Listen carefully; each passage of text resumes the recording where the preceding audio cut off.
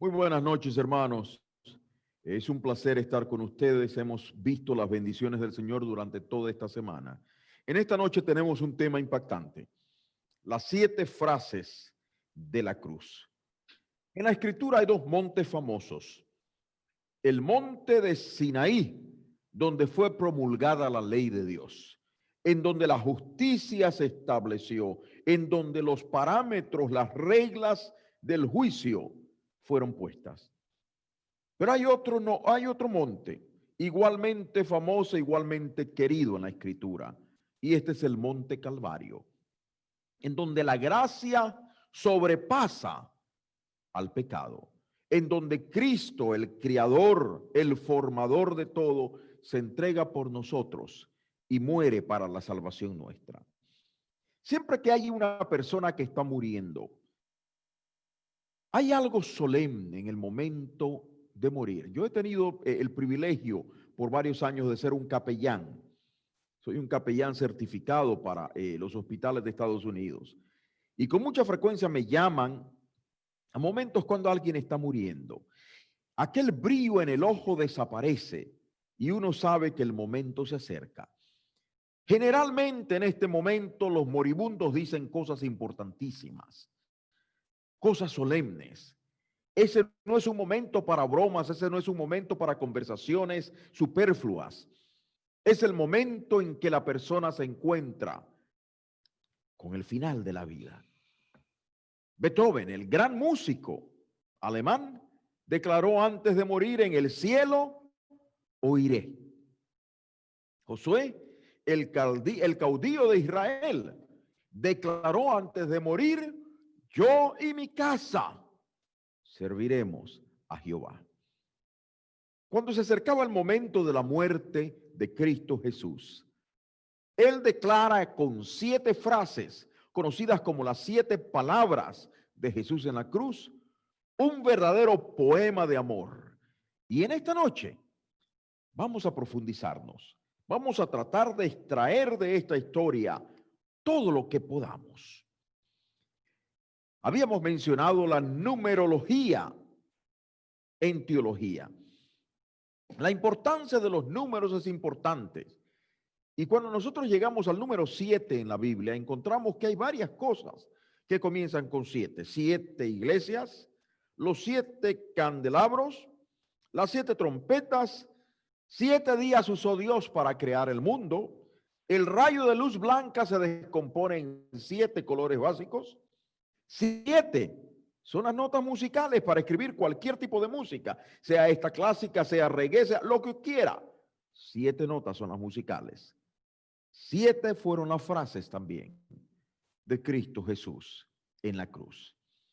El apóstol San Pablo, para poner el ambiente a este texto, a este mensaje, es necesario comenzar con este famoso texto de Filipenses 2:8. Y estando en la condición de hombre, se humilló a sí mismo, haciéndose obediente hasta la muerte y muerte de cruz. ¿Qué quiere decir Pablo con eso de muerte y muerte de cruz? La muerte en la cruz era tétrica. Los romanos se habían especializado en provocar dolor. Habían desarrollado un arte para triturar al moribundo. Esos clavos que ustedes ven eran dejados a la intemperie a propósito para que se encerraran. El sarro en el ser humano produce lo que nosotros conocemos como gangrena, que es una infección galopante que termina por asfixiar el sistema respiratorio de un hombre. Además de eso, la cruz ahora es representada de manera muy pintoresca, con un Jesús entrelazado de pies y manos. La historia no afirma eso.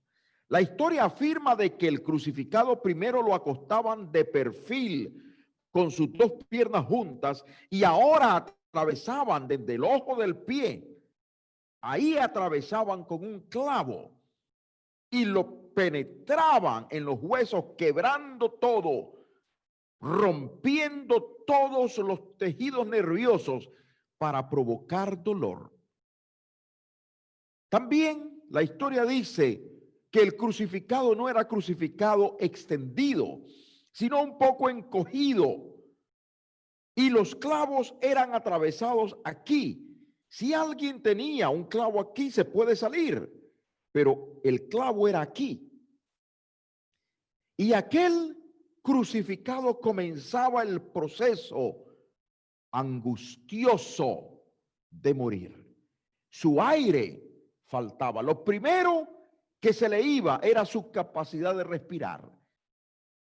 Recuerden que para ese momento Jesús tenía 24 horas de no dormir. Él fue apresado el jueves en la noche y el viernes en la tarde lo crucificaron. Su última comida fue en la Pascua, el viernes anterior, el jueves anterior. Así que tenía varias horas sin dormir. Lo habían dado según la escritura de Herodes a Pilato y de Pilato a Herodes. El sol de Judea lo había quemado. Lo habían hecho caminar con esa cruz pesadísima a sus hombros. Lo habían flagelado. Así que para ese momento Jesús no tenía parte buena en su cuerpo. Todo era una masa purulenta, reventando la dermis y la epidermis en la piel. Vamos a profundizar en esto y perdónenme, pero vamos a ser bien gráficos porque estamos convencidos que nosotros no entendemos lo dantesco de la cruz. Una vez que lo habían clavado, recuerden que le habían puesto una corona de espinas. Y una vez clavado en la cruz, levantaban la cruz con mecates y lo dejaban caer en el hoyo que habían cavado. No lo ponían, dejaban caer la cruz para que aquellos clavos desgarraran los músculos. Era terriblemente terminal el dolor que los crucificados tenían. La escritura dice que en ese contexto, en ese ambiente, cuando el sol penetraba, cuando Jesús tenía casi 24 horas de no comer, cuando no había dormido la noche anterior, lo habían andado caminando, lo habían golpeado. Ya estando crucificado, la escritura dice que su primera frase fue: Padre, perdónalos, porque no saben lo que hacen.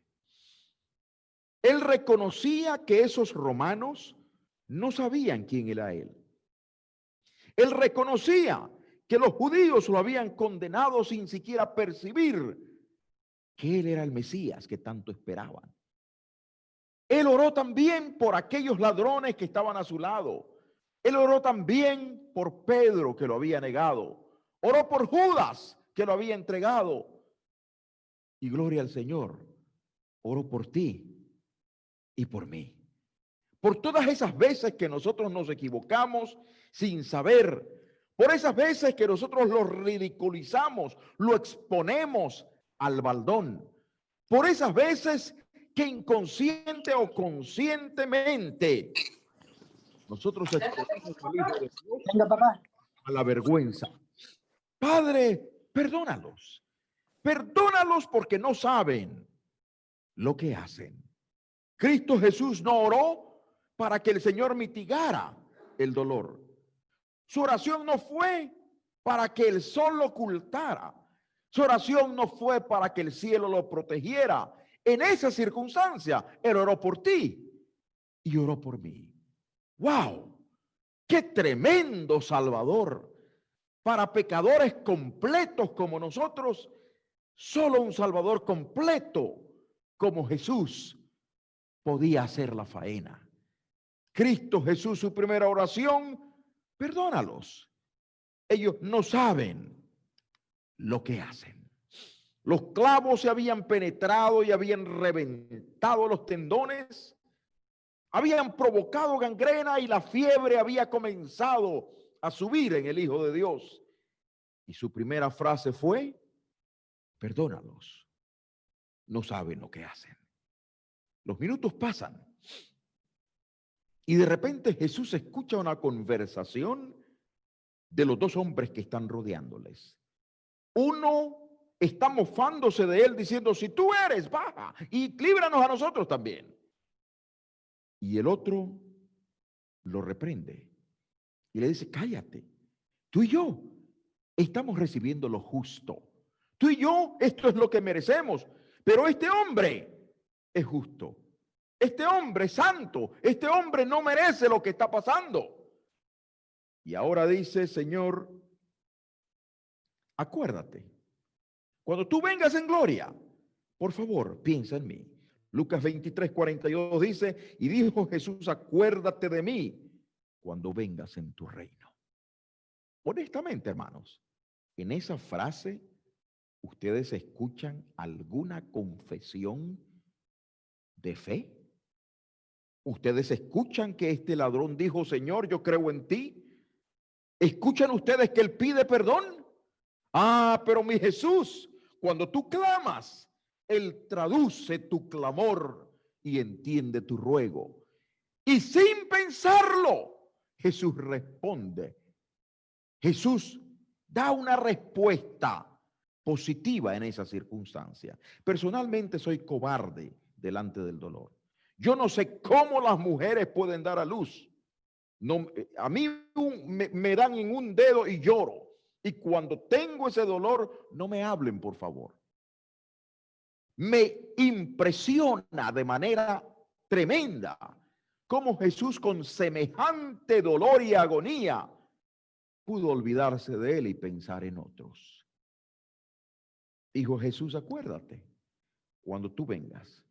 Y es que Jesús siempre tuvo tiempo para todos. Escuchó a Nicodemo a la medianoche, caminó gran distancia para resucitar a la hija de Jairo, también fue a Betania para resucitar a Lázaro. Esa es la garantía, mi hermano, de que cuando tú clamas, él oye. Cuando tú pides, él da. Y cuando tú confiesas, él perdona. Él siempre está dispuesto a escucharnos. Él siempre tiene su oído cercano a nosotros. Déjenme regresar a esta vista y déjenme decir algo más.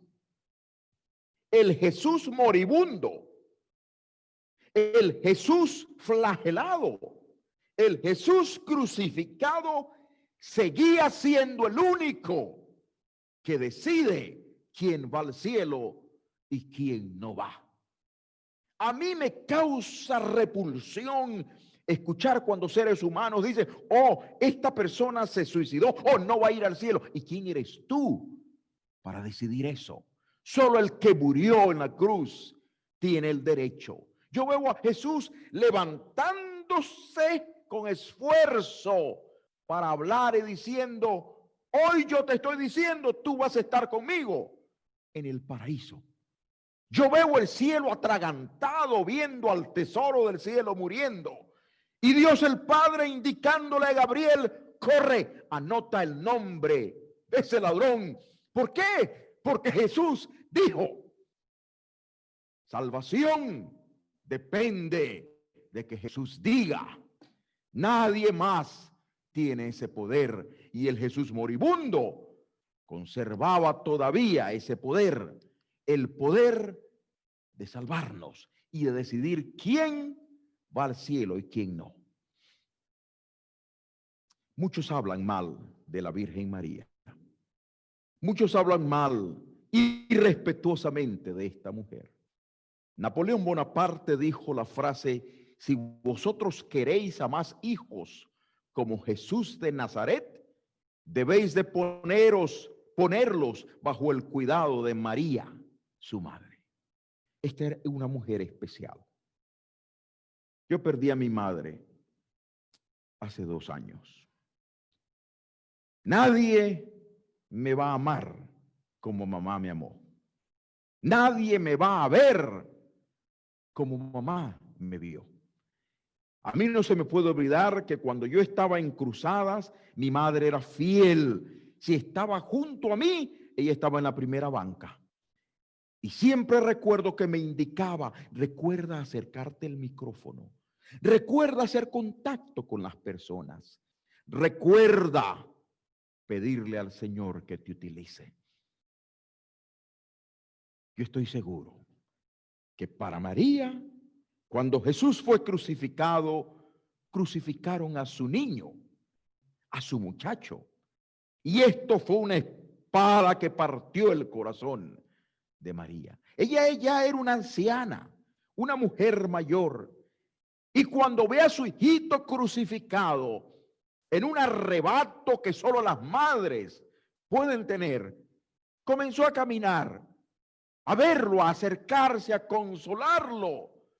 Y Juan, el discípulo amado, hace la hombrada de acompañarla. No habían palabras, no había qué decir. Yo me imagino a ella bañada en lágrimas, acariciando los pies, mi hijito querido. Cuando Jesús habla y da una indicación a Juan. Y cuando vio Jesús a su madre y al discípulo a quien él amaba que estaba presente, dijo a su madre, mujer, he ahí tu hijo. Después dijo al discípulo, he ahí tu madre. Traducido para mí esto es, Juan, yo estoy muriendo. Mamá no tiene. ¿Quién más? Por favor, cuídala. A mí me emociona pensar en el amor de hijo de Jesús, en el tremendo ejemplo que aún muriendo no olvidó a su madre. ¡Wow! Qué tremendo ejemplo fue Jesús para todos nosotros. Y Juan inmediatamente recibe aquel cometido con hidalguía. Yo estoy seguro que María fue una bendición en la vida de Juan. Al pasar de los años, cuando María sonreía, Jesús miraba, Juan miraba la semejanza de María con su hijo Jesús y recordaba a su amado maestro. Algunas frases de María debió haber recordado Juan, eso lo usaba Jesús. Y él, fiel al cometido, cuidó de la madre de su Señor hasta que ella murió. Hijos, no se olviden de sus padres. Muchos de ellos empeñaron la vida para que tú y yo viniéramos a este país. Manda un par de pesos, pero más que dinero, llámalos, habla con ellos, hazles sentir que tú los amas. Sé fiel al amor que ellos profesan. El tiempo pasa. Jesús comienza a convulsionar porque la infección va carcomiendo su cuerpo. Cuando convulsiona, sus ojos se ponen blancos y su boca se abre seca. Jesús comienza a temblarse en la cruz y el sol sigue carcomiendo a aquel hombre que tiene fiebre y que no tiene nada de líquido en su estómago. Jesús había sido sistemáticamente angustiado. La Escritura dice que cuando él estaba en el Getsemaní, todos los pecados del mundo, los pecados de Hitler, los pecados de Stalin, los pecados de todos los criminales más grandes del mundo y mis pecados, los tuyos, cayeron sobre él. Y Jesús se desplomó literalmente. Su amigo íntimo lo había negado, su discípulo lo había vendido. Y ahora, en estas circunstancias, Jesús se comienza a sentir solo. Pidió oración y no se le dio. Estaba sediento, estaba enfermo, tenía fiebre, estaba sangrando, estaba muriendo. Y ahora él comienza a sentir que aquella separación que causa tu pecado y el mío iba a ser una separación eterna. Aquel que comenzó a decir, Padre, perdónalos. Ahora ya no se atreve a llamar a Dios el Padre, porque tu pecado y el mío los separaron de la presencia de Dios. Cerca de la hora novena, dice el texto, Jesús clamó a gran voz diciendo, Elí, Elí, lama sabactaní. Esto es, Dios mío. Ya no le llama Padre.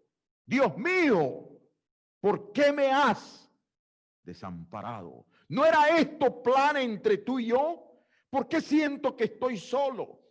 ¿Por qué siento que tu presencia no está conmigo? ¿Por qué yo no siento al Espíritu en mí? ¿Por qué me has abandonado? Yo no siento que estás aquí conmigo. El pecado separa de Dios. El pecado arruina la relación con el Señor. El pecado parte el puente de comunicación entre el cielo. Jesús estaba muriendo, no la muerte humana, la primera muerte.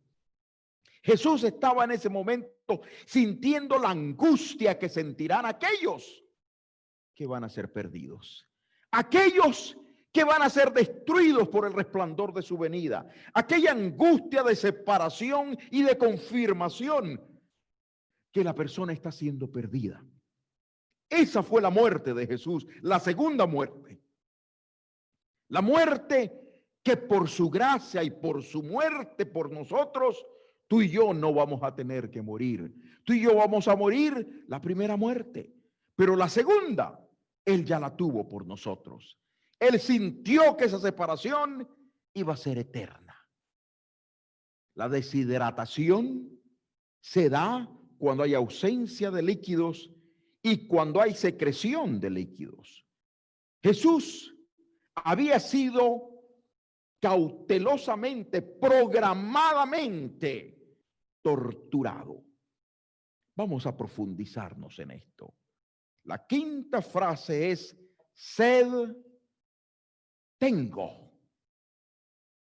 Vamos a ampliar en esto.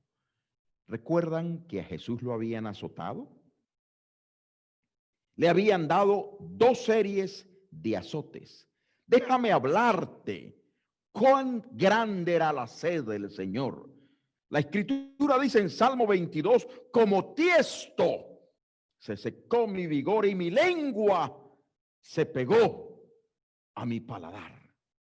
Estaba tan sediento que su boca no producía saliva. Estaba tan sediento que su vista estaba nublada. Deshidratación total. Mas la pérdida de sangre en la cruz era dantesca.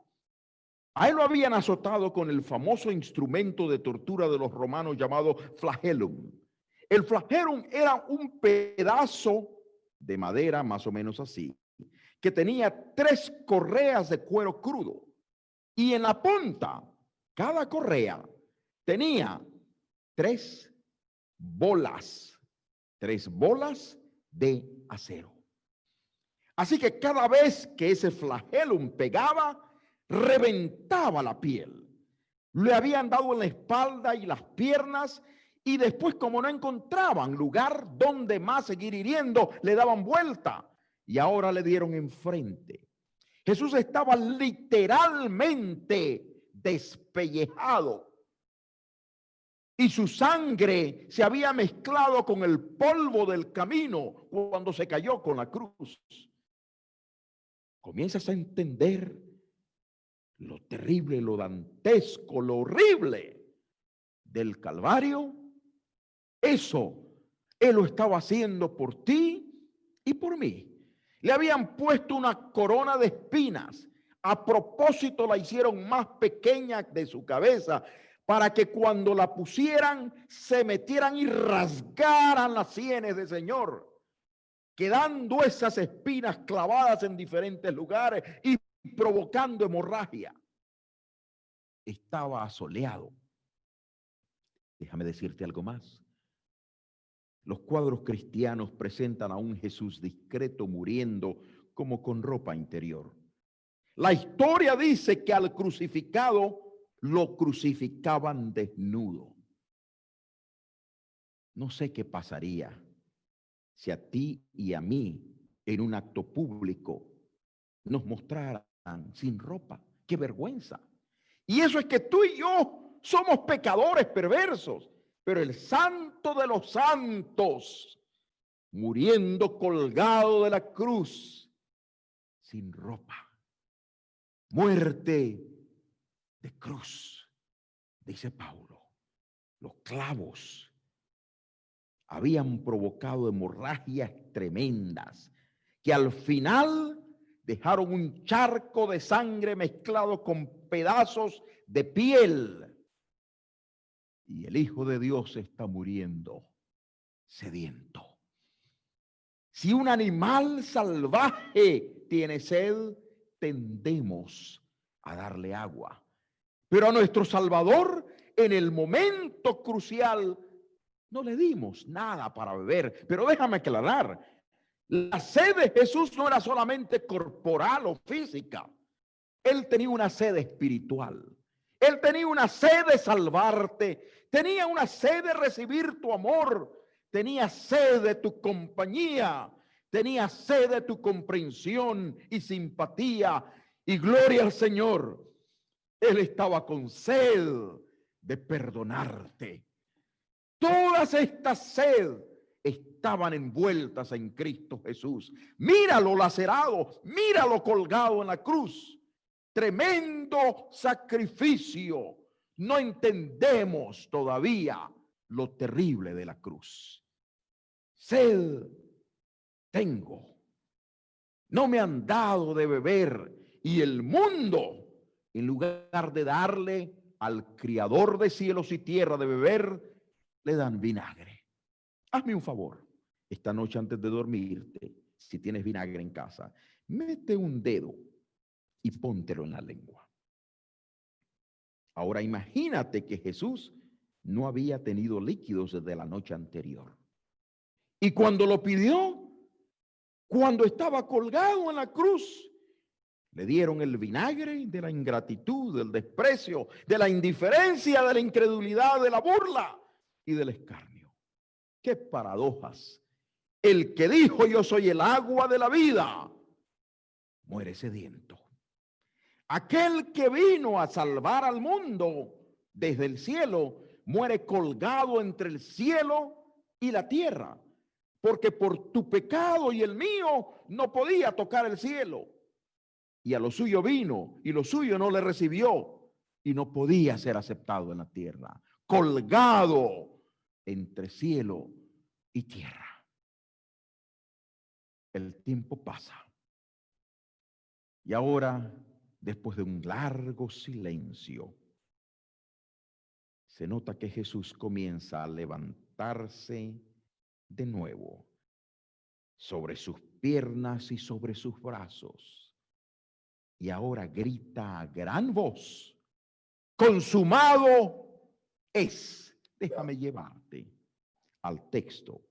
Cuando Jesús hubo tomado el vinagre, dijo: consumado es. Pero déjame hacer acopio de lo que el griego nos dice. La palabra de Dios en el idioma original dice que Jesús, la palabra que utilizó fue tetelestai, una palabra griega, que significa y puede ser traducida como consumado es. Pero esta misma palabra, interesantemente, era la que usaban los contadores cuando pagaban los impuestos a Roma, y cuando llegaban delante de los auditores, el auditor miraba las deudas y miraba el pago y decía: está bien, está saldado. La palabra que utilizaba era tetelestai. O sea, y a mí me emociona esta parte, que Jesús colgado en la cruz arremete y se levanta para gritarte: mundo, tú, mi hermano, tu deuda está pagada. Todo lo que tú le debes al cielo, yo lo pagué. Antes que naciera la Mastercard, antes que alguien inventara la Visa, antes que alguien pensara en American Express, Jesús en el Calvario dijo: el pecado de ese hombre, cárguenlo a mi cuenta. Gloria al Señor por un Salvador como Jesús. Gloria al Señor por un Salvador que se esforzó y sufrió los terrores del Calvario con tal de que tú y yo tuviéramos oportunidad de ser salvos. El drama del Calvario está por terminar. El sol está oculto. Déjame introducir otro concepto. ¿Te imaginas cómo estaba el cielo? En mi mente de predicador, yo veo a los ángeles cuando esa mano sacrílega le golpea a Jesús. Yo veo a ese ángel con el impulso de venir y veo a Dios el Padre extendiendo su brazo y diciéndole no. Cuando le decían, si tú eres el Hijo de Dios, desciende. Yo veo a los ángeles decir, déjame ir, déjame ir. No, todavía no. Para este momento habían visto al Creador, el orgullo del cielo, la gloria de ese mundo sin pecado, muriendo. En este momento, Jesús está ya por exhalar su último suspiro. El drama de la cruz está por terminar. Y la Escritura dice que en ese momento Jesús cumple la promesa que él le hizo a Nicodemo. Así como Moisés levantó la serpiente en el desierto, es necesario que el Hijo del Hombre sea levantado para que todo aquel que en él crea no se pierda. En ese momento se estaba cumpliendo la tremenda promesa a nuestros primeros padres. No te preocupes, Eva. Voy a poner enemistad entre tú y la serpiente. Ella te va a herir en el calcañal y tú la vas a herir en la cabeza. Va a haber un Salvador. No todo es pérdida con tu pecado. Hay una vía de escape. Una vida de oración siempre termina con oración. Y aquel que en la tercera frase no se atrevió a llamar a su padre, Padre, ahora está en paz con su alma. Sabe que está muriendo. Y la Escritura dice, en tus manos encomiendo mi espíritu. Entonces Jesús, clamando a gran voz, dijo, Padre, en tus manos encomiendo mi espíritu. Y habiendo dicho esto, expiró.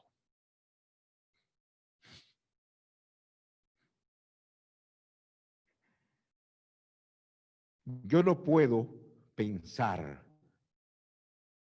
que en el cielo no hubo lágrimas en ese momento. Yo no puedo imaginarme a los ángeles con coronas en esa hora. Todo el cielo estaba de luto. El drama de la cruz expuso el verdadero sentimiento de Satanás. Lo desenmascaró y demostró que su plan era maquiavélico y macabro. Cristo Jesús, sin misericordia, fue clavado en la cruz. Sin misericordia fue lacerado, cercenado, fue triturado por ti. Tu pecado y el mío lo llevaron ahí. Él estuvo en tu lugar para que tú puedas estar en su lugar. Qué tremendo cambio el de la cruz. Qué tremendo drama el de la cruz. ¡Oh, Calvario! Permítenos entender cuánto amor tuvo el Señor para subir ahí. Ayúdanos a entender, Señor, la magnitud del sacrificio de tu Hijo Jesús. Él lo dejó todo para venir a rescatar a una raza de sinvergüenzas rebeldes como yo, que cada minuto lo afrentan. Todo Él lo hizo por amor, sabiendo que el amor derrite y conmueve al final. Yo no puedo terminar este mensaje, hermano. Yo no puedo dejar de hablar después de presentar lo dantesco de la cruz, sin darte la oportunidad esta noche, hoy, a que tú entres en paz con Él. No importa lo que has hecho, no importa cuántas veces lo has hecho, si tú confiesas, Él perdona. Si tú lo llamas, Él viene. Su trabajo de tiempo completo es salvarnos. Así que en el nombre de Jesús, yo te invito esta noche a que ahí donde estás, diga: Señor, yo te acepto. Señor, yo quiero ser salvo. Señor, yo no quiero que tu sacrificio sea en vano. Señor, yo no quiero perderme. Yo no quiero sentir la angustia que tú sentiste cuando te sentiste separado del Padre. Yo quiero que cuando tú vengas en gloria yo esté feliz de verte. Dame paz, dame perdón.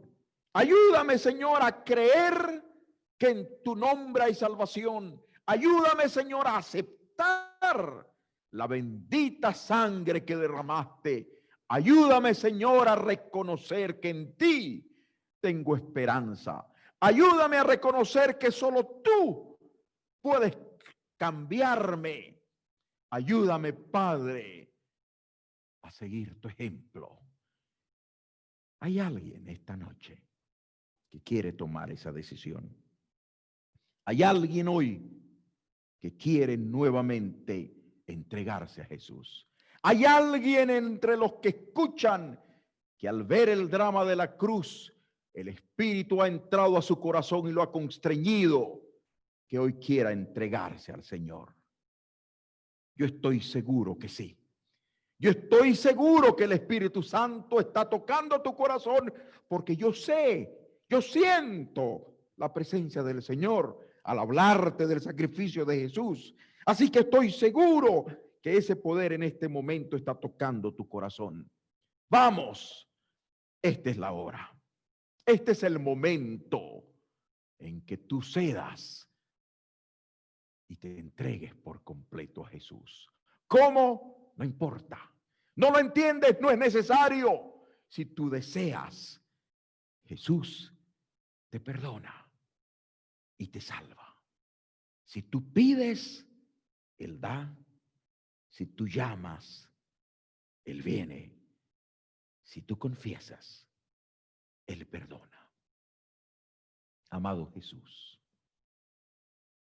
una vez más hemos visto a través de tu palabra lo dantesco del Calvario. Señor, alabamos tu nombre. Bendecimos tu causa. Y aquí estamos postrados en agradecimiento y contrición. Señor, no merecemos lo que tú hiciste. Pero gracias porque no te bajaste de la cruz. Gracias porque terminaste el plan de salvación y que cuando tú moriste, Señor, nuestra salvación quedó sellada. Ayúdanos a creer en ti. Danos fuerza para decidir por ti. Cámbianos, Padre. Cámbianos esta mente carnal que tenemos y gobierna tú nuestra voluntad. Danos tu paz en esta noche, porque lo pedimos en el único nombre que hay debajo del cielo que da salvación. El nombre poderoso, el nombre dulce, el nombre fantástico, el nombre de nuestro Salvador, Cristo Jesús. Amén. Amén.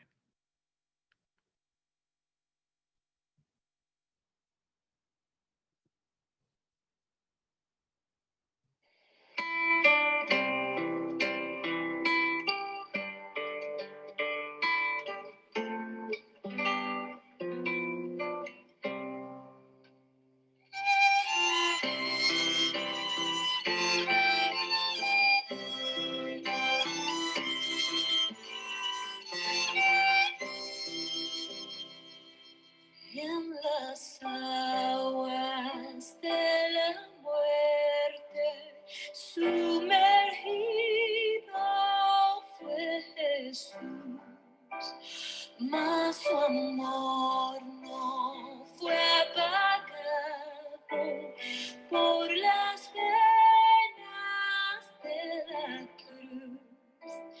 Levantóse de la tumba, sus cadenas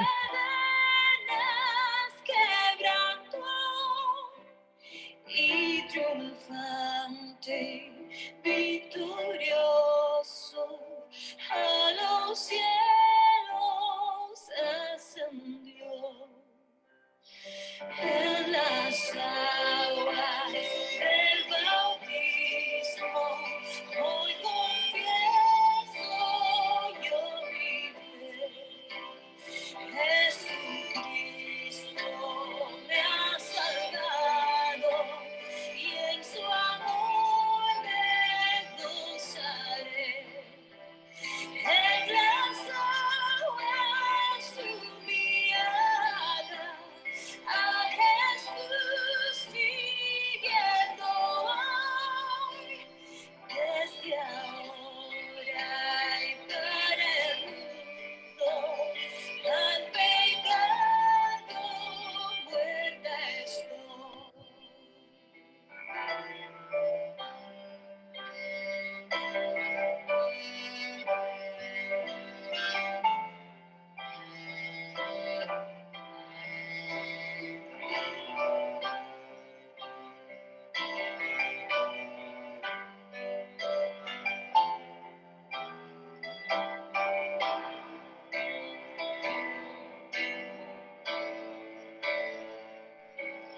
Ya que estoy crucificada, ¿cómo más podré pecar? Por su gracia transformada, vida nueva he de llevar. A las aguas del bautismo me lleva la contrición. Desde ahora